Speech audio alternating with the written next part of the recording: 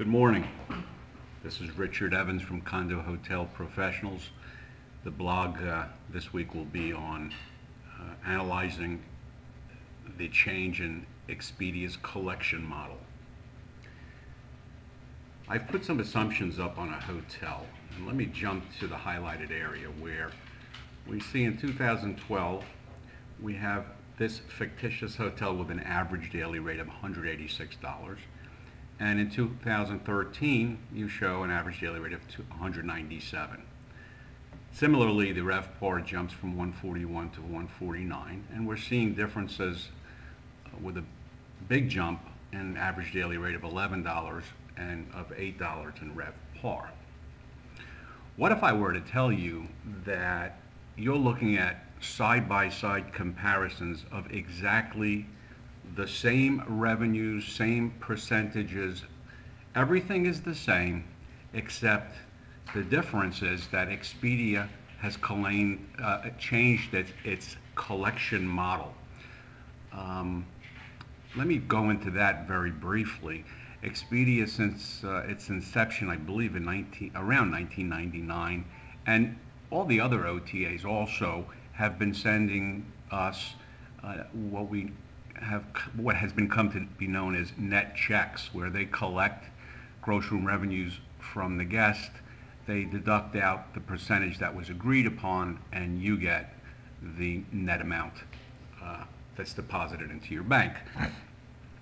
Booking.com came along a number of years ago and entered the market, and they changed this model to rival more of the travel agent commission model, where they booked the reservation, the guest showed up at the hotel, paid you in full, and then you would have to pay a commission check, again, based on the percentage that had been agreed upon.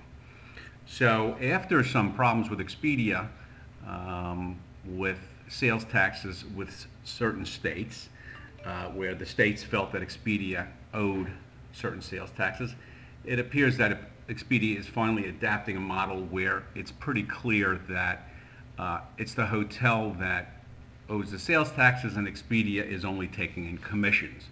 And so they've changed. They've changed to this, or they are changing to this Booking.com method. And so hotels are now cutting some pretty sizable checks on a monthly basis for their Expedia business. So let's take a look at this, and let me just tell you quickly, and then what I'm going to do is I'm going to just put the written part or the narrative part of this blog on the blog for you, and you can read it. Here we have a hotel that's 200 rooms. The contribution from Expedia, or the channel from Expedia, is contributing 17% of the business. Okay? Jumping down, the occupancy rate for the entire hotel was 76%, and the total rooms occupied were 55,480 for the year 2012 and 2013. Okay, the 17% comes to 10,480 rooms that were occupied by Expedia-generated guests, and the Expedia average daily rate was 167. And of course, that's net, as we mentioned. So in 2012, the hotel reported 10,319,280. That was also reported to companies like Smith Travel for their store report, so that you could compare your ADRs to your competitive set. And so that was that.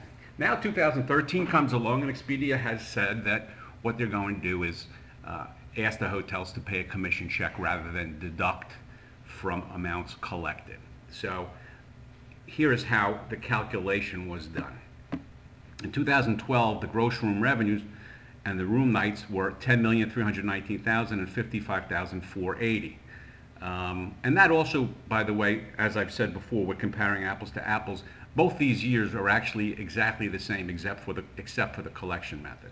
So now we're removing 2012 Expedia generated gross revenue is 1,750,000, and the room nights were 10,480 to come to the amount that the hotel earned without Expedia, 8,569,000 with 45,000 room nights.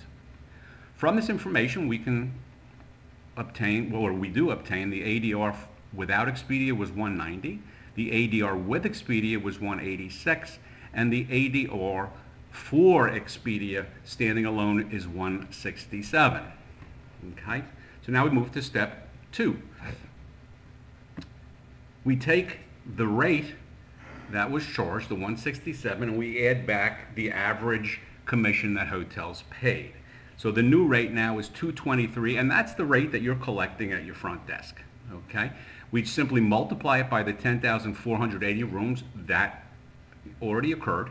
We're assuming that also occurs in 2013, and we come to a new Expedia amount, and then we add that 2,333,000 to the 8,569,000 that was generated by the hotel without Expedia, and therefore we come to the new gross room revenues for the entire hotel of 10,902,667.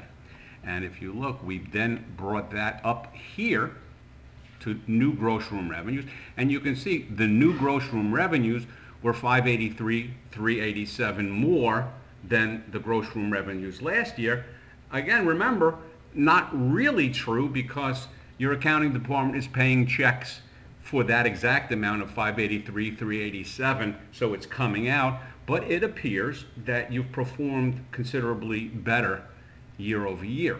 Okay, so what we did is we then backed into these. Remember, the 17% stayed the same, the 200 of course stayed the same, the 76% occupancy and the total rooms occupied all stayed the same, but we were then able to back into the new average daily rate and the new RevPAR, okay, 197 and 149 respectively, showing what we started the screencast out with, an $11 and an $8 variance, which again is a huge jump that we would ordinarily think that would bring about